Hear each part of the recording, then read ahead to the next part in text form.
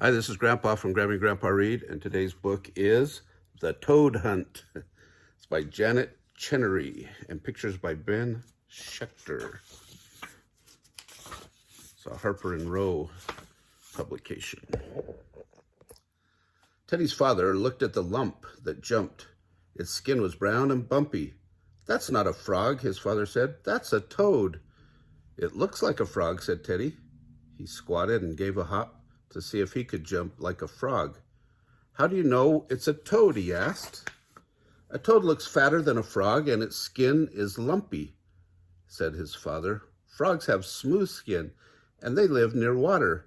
Toads live in gardens or in meadows or ponds or anywhere there are insects." "Will I get warts if I touch him?" asked Teddy. "Peter says he got his wart from a toad." "I don't think so," said his father. "But we could ask Dr. Barlow." Teddy looked at the toad. It had warts all over it. When they got back to their house, Teddy telephoned Dr. Barlow. "Hello, Dr. Barlow," he said. "Do toads give you warts?" "No," said Dr. Barlow. "Have you got a toad or a wart?" "I don't have either," said Teddy, "but I saw a toad. Will it give me a wart?" "No," said Dr. Barlow. "It won't give you anything. How do you know it's a toad and not a frog?"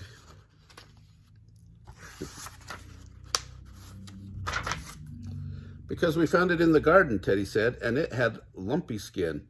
"Oh," said the doctor, "it certainly sounds like a toad. Did it give a little jump or a big one?" "A big one," Teddy said. "That sounds like a frog," said Dr. Barlow. Teddy tried to remember, was it a big jump or was it a little jump? "I'll have to look again." He said, "Thank you, Dr. Barlow." The next morning, Teddy and Peter went to the garden to look for the toad.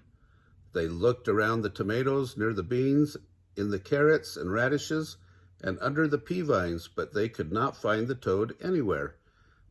Teddy remembered what his father had said. "Toads like to live where there are lots of insects," Teddy said. "How about the pond then?" said Peter. "There's plenty there. I got bitten by a mosquito once." "I got stung by a bee," said Teddy. "Okay, let's look there," said Peter. So off they went, down the lane to the pollywog pond. As they came through the tall grass near the pond, they heard a splash. The water rippled in half circles. "It's a toad," Teddy cried. "Not if toads are fat and lumpy and make little jumps," said Peter. "This one was long and skinny, and it jumped a mile." A tiny head appeared, and in the middle of the pond, it was brown and green. Its skin was smooth, not warty. "I guess that is a frog," sighed Teddy. "Let's be quiet," he whispered, "and maybe he'll come out." They got on their hands and knees. They crawled around the pond, but the brown and green head gave a glunk and disappeared. Teddy tried to hop like a toad. Peter made great jumps like a frog. Suddenly, Peter stopped. He was eye to eye with a turtle. "A yellow and black one," Teddy shouted. "That's a good turtle." "Will he bite?" Peter asked. "Let's see," Teddy said. He took a piece of grass and tickled the turtle's nose. The turtle pulled its head under its shell. Peter and Teddy watched it. The turtle stuck its head out a little. It looked at a grasshopper twitching on a daisy. In a flash, the turtle's head shot all the way out, and the grasshopper was gone. "I think it bites," Peter said. "Let's go find your toad." Teddy sat on a big rock at the edge of the pond. Peter looked carefully in the grass. Then he lay on his stomach and looked into the water. "You watch the pond," said Teddy, "and I'll watch everywhere else." He turned his head slowly from side to side. "No toads here," said Peter. "Just little fish and pollywogs." "Wait," he cried. "There's something funny." "Are pollywogs baby fish?" Peter asked. "No," said Teddy, "they're baby frogs." "What are tadpoles then?" Peter asked. "I don't know," Teddy admitted. "Let's ask your father," said Peter. As they were leaving, they heard a quick swish in the tall weeds. They looked carefully, but all they could see was a little ripple. The grass moved as if a small breeze was blowing through it. "No," said Teddy, "those are all frogs. They don't have warts." "Oh, did I miss something?" "Yep." At dinner, Teddy told his father, "Peter and I looked and looked for that toad in the garden down the lane. and even around the pond, but we couldn't find him anywhere. No toads at Pollywog Pond. Or no toads at Pollywog Pond? Asked Teddy's mother. I thought lots were there. No, said Teddy, those are all frogs. They don't have warts. They have smooth skin. They don't hop like toads. They make flying jumps into the pond. You know a lot about frogs and toads, Teddy's mother exclaimed. Yes, said Teddy, but I can't find that toad we saw in the garden. Peter and I saw a frog and a red-spotted salamander and a yellow and black turtle. They ate a grasshopper. That ate a grasshopper. And we heard a swish in the grass. I think it was a snake, but no toad. Perhaps another one will turn up tomorrow, said Teddy's father. But now it's time for bed, said his mother. Hop along. Okay, said Teddy. But he didn't hop. He moved very slowly on his hands and knees. First one foot, then a hand, then the other foot, then the other hand. Hurry up, Teddy, his mother said. I can't hurry. I'm a turtle, Teddy said very slowly. We'd better find that toad, said Teddy's father, so you can hop again. Teddy finally got upstairs. When he took his bath, he became a salamander. He darted about in the tub. The soap was a water bug, but it didn't taste very good. His mother kissed him goodnight. His father told him a story about a frog who really was a prince.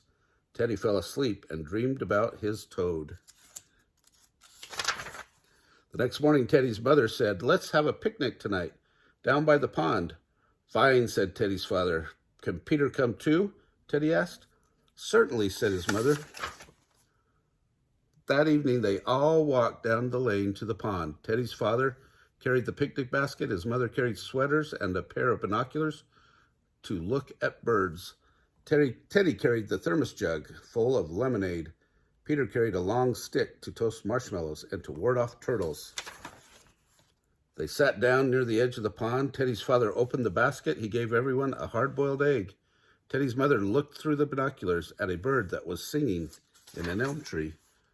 It's a hermit thrush, she said. She handed the binoculars to Teddy's father. Can you tell what bird it is by hearing it sing? Peter asked. Yes, said Teddy's mother. Each kind of bird has its special song. When you get to know them, their songs sound as different as cat's meows or a dog's bark. How about a frog and a toad? Teddy asked. Do they sound different too? Yes, said his father. Each kind of frog and each kind of toad has its special croak. If you get to be a frog and toad expert, you can tell them apart too. Peter and Teddy listened to the distant song of the thrush. Mother knows a lot about birds, Teddy said. Your father knows a lot about toads, Peter added. Sandwiches, anyone? Asked Teddy's father, and they all ate chicken and cucumber sandwiches. Let's feed the pollywogs, said Pete. He took a crumb from his sandwich and dropped it into the water. The crumb sank slowly, almost to the bottom. A little fish swam up and caught it. What are tadpoles? Teddy asked his father. They are the same as pollywogs, his father said. You mean they are baby frogs? Peter asked. They are either baby frogs or baby toads, Teddy's father said. Poll is an old word for head. Tad is an old word for toad. So a tadpole is a toad head. Can you guess what pollywog comes from? He asked. Poll means head, said Peter. Does wog mean frog? No, said Teddy's father. It's another old word for meaning wiggle. A head wiggle? Shouted Teddy. He jiggled his head back and forth at Peter. Peter tucked his head in and out of his shirt like a turtle. Bananas and cookies for dessert, said Teddy's mother. A frog croaked in the reeds on the other side of the pond. That frog can have my banana, but I'd like a cookie, said Peter. Whoops. Another frog croaked near the first one. Teddy took the binoculars and tried to find the frogs. A third croak, longer and higher, sounded close by. Teddy looked at the ground through the glasses, trying to find that frog too. I see a huge ant crawling up a tree trunk, and a moth as big as a bird, and a thistle as big as a haystack, but, the croak sounded again, almost like a trill.